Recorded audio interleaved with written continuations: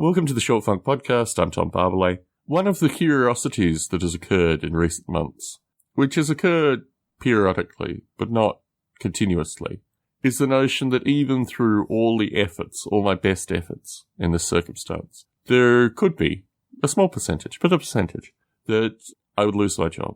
And I would have to do a variety of things to gain employment elsewhere.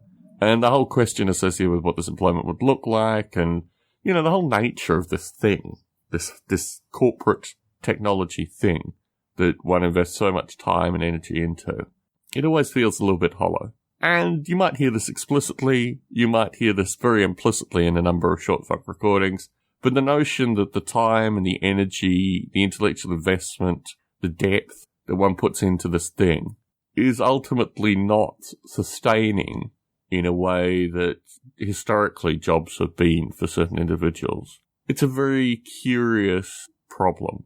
I've confronted this professionally a number of times. I've worked for a number of companies, usually smaller companies, that even with my best intentions and best efforts have collapsed due to other factors.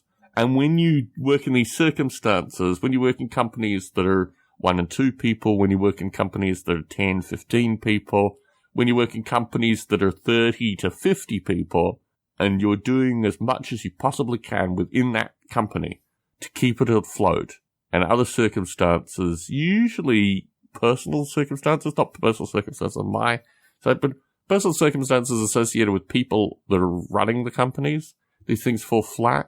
You see tens of people losing their jobs. It's not particularly edifying. I think it's the nature of the beast. This is the paradox associated with modern far-right corporate capitalist life, that actually the fundamental protection that humans need, an ability to work and sustain life, is not in any way, it's not that it's not guaranteed, it's not even promised. And what we're writing here is a check based on a hope, the notion that things will continue hopefully into the future.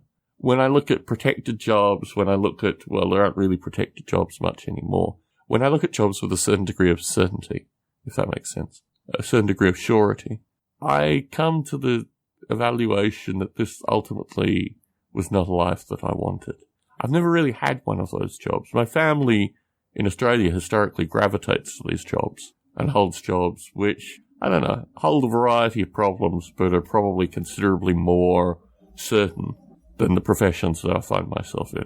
Part of that is the nature of life choices. Part of that is the nature of getting into an industry that is very raw. Still, that doesn't have any degree of professional acknowledgement. Like, you know, accountants and lawyers are very good at defining their terms. They form associations that actually recognize their livelihoods. And I don't belong in a profession like that. To a lesser extent, to a certain extent, academics as well. They have a profession that they define themselves in. They have things like tenure, these notions of kind of constructed surety. I don't know. As I get older, as my health fails, as a variety of things occur, I wonder what life would be like in those kind of industries. Not that there aren't intelligent people in those industries, not that there aren't capable, affable, brilliant people in these industries. But I've thrown my lot in life associated with the software thing. The fact that I live in an area with so few people like me, literally count on 3 fingers, maybe even 2 fingers, those within the near vicinity that work in these areas. And this is in a population of, I don't know, a few thousand. The nature of self-questioning, the nature of self-exploration, the reality that this thing holds is readily available to me.